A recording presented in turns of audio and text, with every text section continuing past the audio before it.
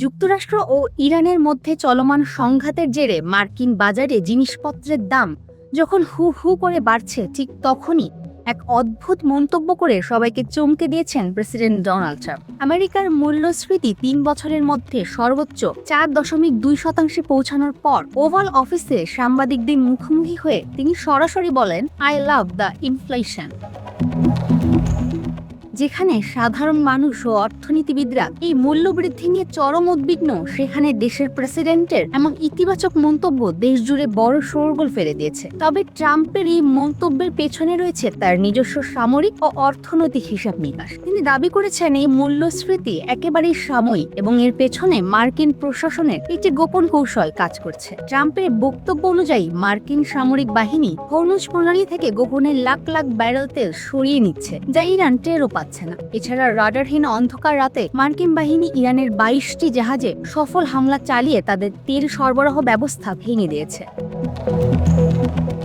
Trump বিশ্বাস করেন এই যুদ্ধের কারণে এখন তেলের দাম সাময়িকভাবে বাড়লেও ইরানকে বাগে আনতে পারলে যুদ্ধ শেষে আমেরিকার বাজারে জ্বালানির দাম ও সামগ্রিক মূল্যস্ফীতি এক ধাক্কায় নাটকীয়ভাবে কমে যাবে। আর এই দীর্ঘমেয়াদী সফলতার আশাতেই তিনি বর্তমানের এই মূল্যস্ফীতিকে স্বাগত জানাচ্ছেন। বাস্তব চিত্র অবশ্য সাধারণ মার্কিন নাগরিকদের জন্য বেশ কঠিন হয়ে উঠছে। ইউএস ব্যুরো অফ লেবার স্ট্যাটিস্টিক্সের সদ্য প্রকাশিত রিপোর্ট অনুযায়ী মে মাসে সামগ্রিক মূল্যস্ফীতি দাঁড়িয়েছে 4.2%, যা যুদ্ধ শুরুর আগে ফেব্রুয়ারিতে ছিল মাত্র 2.4%।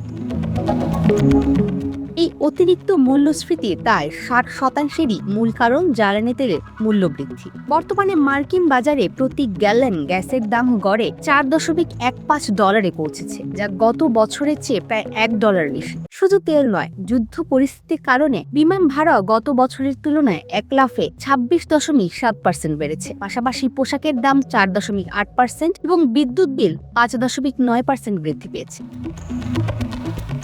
হোয়াইট হাউসের মুখপাত্র পুশ দেশাই রাষ্ট্রপতির এই মন্তব্যকে সমর্থন করে বলেছেন, ট্রাম্পের মূল লক্ষ্য ইরান সংকটের একটি স্থায়ী ও চূড়ান্ত সমাধান করা, যা ভবিষ্যতে আমেরিকার অর্থনীতিকে আরও শক্তিশালী করবে। তবে বিরোধী দল ডেমোক্র্যাটরা ট্রাম্পের এই নীতিকে তীব্র সমালোচনা করে বলছেন, একটি ভুল ও হঠকারী যুদ্ধের খেসারত দিতে গিয়ে সাধারণ আমেরিকানদের পকেট খালি হচ্ছে। ট্রাম্প এই পরিস্থিতিকে যত সহজ করে দেখছেন, সাধারণ মানুষের দৈনিক জীবনযাত্রার সংকট তার চেয়ে অনেক বেশি জটিল রূপ নিচ্ছে।